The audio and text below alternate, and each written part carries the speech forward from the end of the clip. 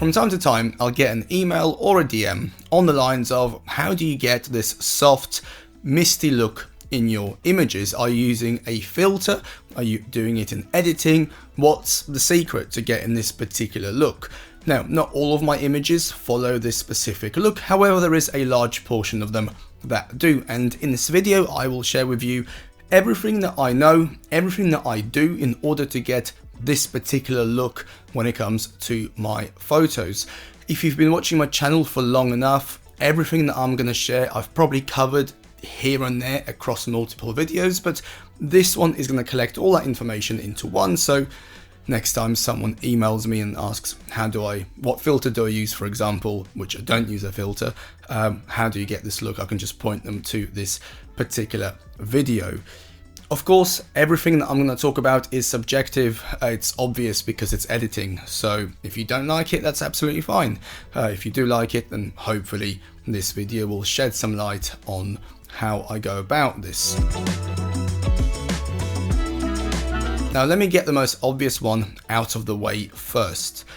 The conditions are everything, right? If you go out and you shoot on a sunny morning when there's a bit of haze still in the atmosphere, you will get a softer photo straight out of camera compared to shooting at 3 p.m. in July. No amount of editing or no magical filter will make a 3 p.m. July photo look like a sunrise shot over a misty river. It's just not gonna happen.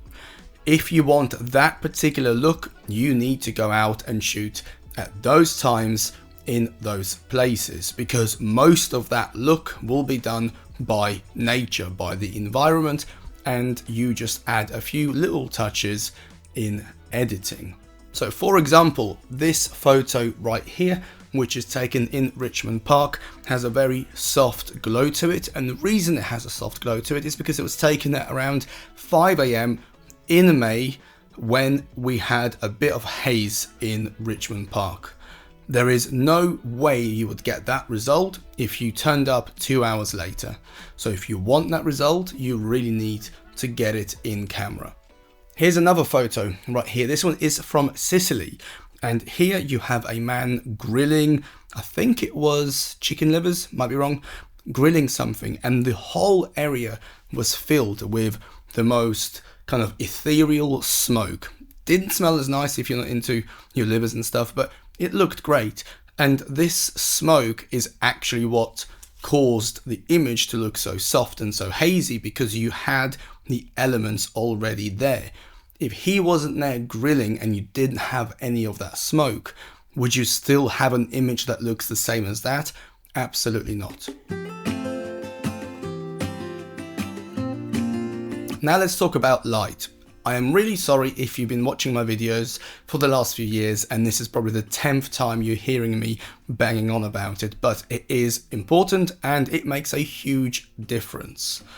So what do I mean by that? Well, I personally tend to shoot into the source of light. So if you imagine there's a 180-degree radius in front of you, as long as that source of light is either there or there or there, coming at you into the camera, that's how I shoot. Why is that? Well, that's because when I'm shooting into the light, it creates the softest possible image because the light wraps around whatever subject you have.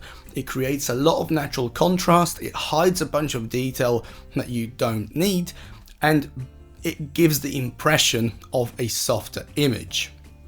Also, when the light goes into the camera directly, you can get some flares, and you can get general lens behaviors which lend themselves to softer images as well. If you watch any cinematic movie, you look at a scene that mesmerizes you, that interests you, chances are that scene will be backlit or with the light coming from the side. Now, if you're looking at me right now, the light's coming from in front of me, so it's the opposite of what I'm talking about, but that's because I don't want this to be this soft ethereal image. I want everything to be kind of flat, which is why I'm lighting it in such a way. Now, there are a few other things you can be looking out for in the scene itself to help with creating softer images. The first one is reflections. Reflections will naturally remove a bunch of sharpness out of the scene. You could also be looking at ways to shoot through something. So for example, you can have a tarpaulin, or you can have glass, you can have, I don't know, like a plastic sheet or a cover that's clear. You can even have a window blind. So where I am right now, there's a giant white window blind which diffuses the light and softens it. If I don't use this blind, it would not look very good. So that helps a lot. Also, if you're shooting by the sea, you can get spray coming from waves. That happened to me in Vietnam a couple of years ago. The sea was a bit rough, and you had a bunch of spray, and with the fishermen going in and out, it created a very soft and ethereal look, which I personally loved.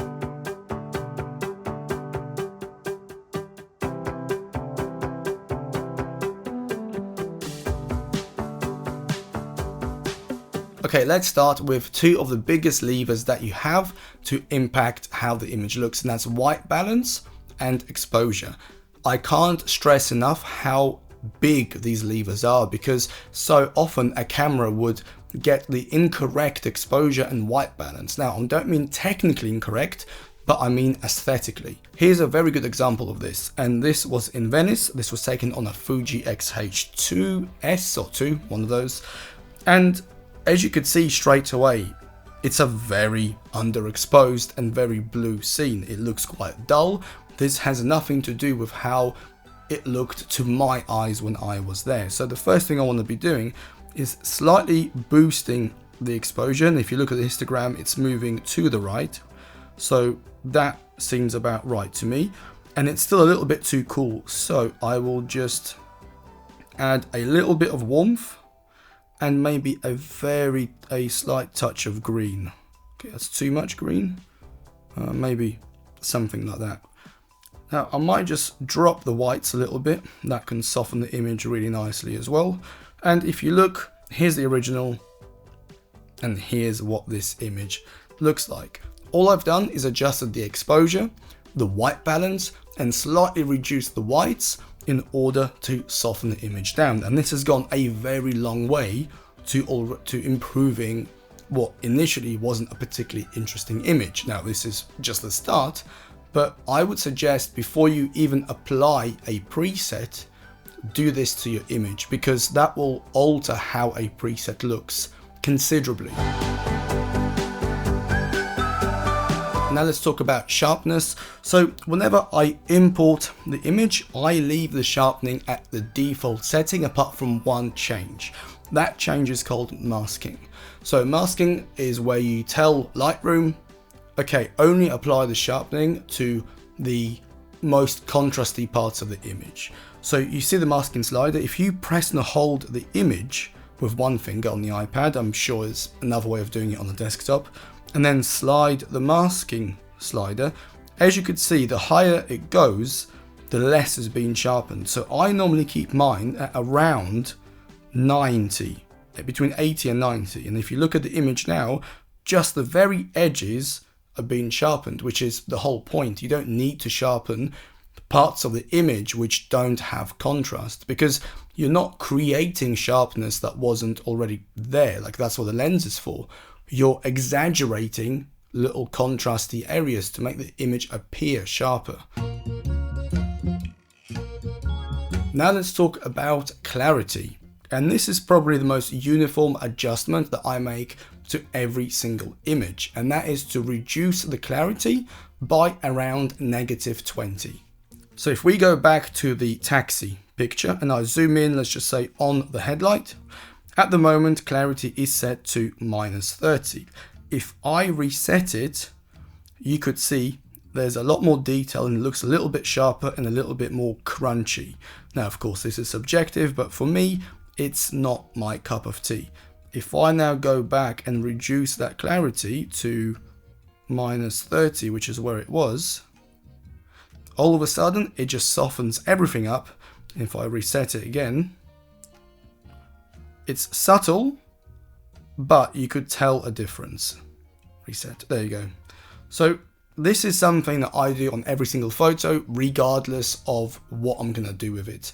I start at -20, I sometimes reduce it to -10, so if you're already shooting a very foggy scene, -10 is fine. If it's a very harsh scene, I might even go up to -30, but ultimately it depends on what I want to try and do. -20, clarity is the start, and then I go from there. The next thing I tend to do on all of my images is add grain.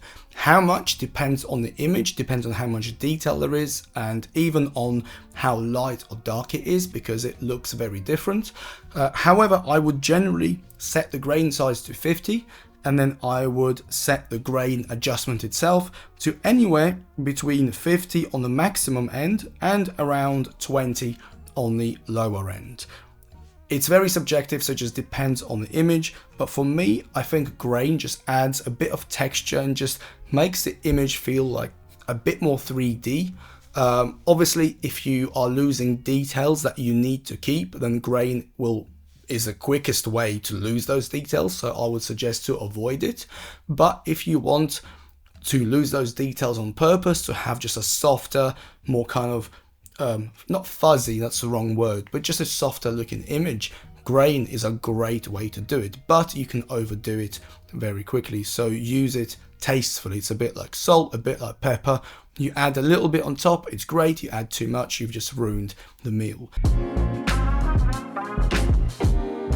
The next thing I want to touch on is the tone curve, and there is one global adjustment I do on every single edit, and that's to fade the whites and to fade the blacks. So on this particular shot from Porto, if we open up the tone curve, you can see that the blacks, so right here at the bottom, are faded a little bit, and the whites right here at the top are also faded. Now they're pure white when the tone curve is right in the corner, and if I just drag that top corner down, as you could see, it's moving away from pure white and more into like an off-white color. Same with black. If it's right at the bottom, it's pure black, and if you just move it to the top a bit, it takes all the pure black pixels and makes them a little bit gray. And in my opinion, that is one of the biggest tools to soften the image down. So if you take the tone curve, the grain, the exposure, the white balance, and the clarity that we've just talked about, you can create 90% of the soft effect without having to do anything else. They're very simple tools. You can save all of this that I've just talked about, apart from the exposure and the white balance, but the other stuff you can save it as a preset, and now you have this soft preset that you can apply either globally or locally. So if you, for example, use Capture One, you can apply that look locally on sources of light. If you use Lightroom, then you'll have to apply it globally, and then locally just put the contrast or the clarity back in if you need to. Okay, I think I've covered pretty much everything that I wanted to in this video. Please leave your comments below, your questions, etc., and I will see you in the next video. Things have changed here. I am still sitting on the floor, but honestly I think I prefer it. It helps my posture because in a chair I can slouch and it's not good. And also, I don't know, I just like sitting on the floor, so there is that. This is not my bedroom, actually. This is like an office, study, spare room, guest room, multi-purpose room, I guess. This is a sofa bed, but we're still converting it into a sofa because it needs cushions. It's very comfortable, actually. You can easily fall asleep on it. This is like a whole setup right here that I might do a blog on or a newsletter or something in the future. It's not ready yet. It's like a desk and organizing and stuff. And the latest addition is right in that corner is a printer. I bought it a week ago. I've not unwrapped it yet because I don't have time. But I want to be messing around with printing at some point in the future, given that I am no longer living out of a suitcase. So there will be videos and stuff on that, and photo books. Previously, I never purchased physical photo books because I'm always traveling, so I can't bring books with me. But now I have started picking some up, and there would be videos on this topic later as I start to go for a bunch of books that have always interested me, but I never got the chance to use because, well, I'm never around. I was never around, but I am waffling so much, so I am going to leave you here. Thank you one more time, and I'll see you in the next video. Bye-bye. At this point, I want to quickly thank Squarespace for sponsoring this video. I've been a paying customer way before they supported the channel, and have now been using their services for over 5 years. Squarespace is at the center of my online presence, and it's what drives my blog, portfolio, store, and newsletter. I appreciate the simplicity of managing everything from a single app because it saves me time and gives me peace of mind knowing that I can make changes or deal with issues from my phone. If you have a business, a side hustle, or simply want your own little corner of the internet to host your photography or build something big, Squarespace offers all the tools you need across all devices. If you want to learn more, get a free trial and then 10% off your first purchase, use the link in the description or enter code RomanFox at checkout. Thank you again to Squarespace for sponsoring, and thank you for watching.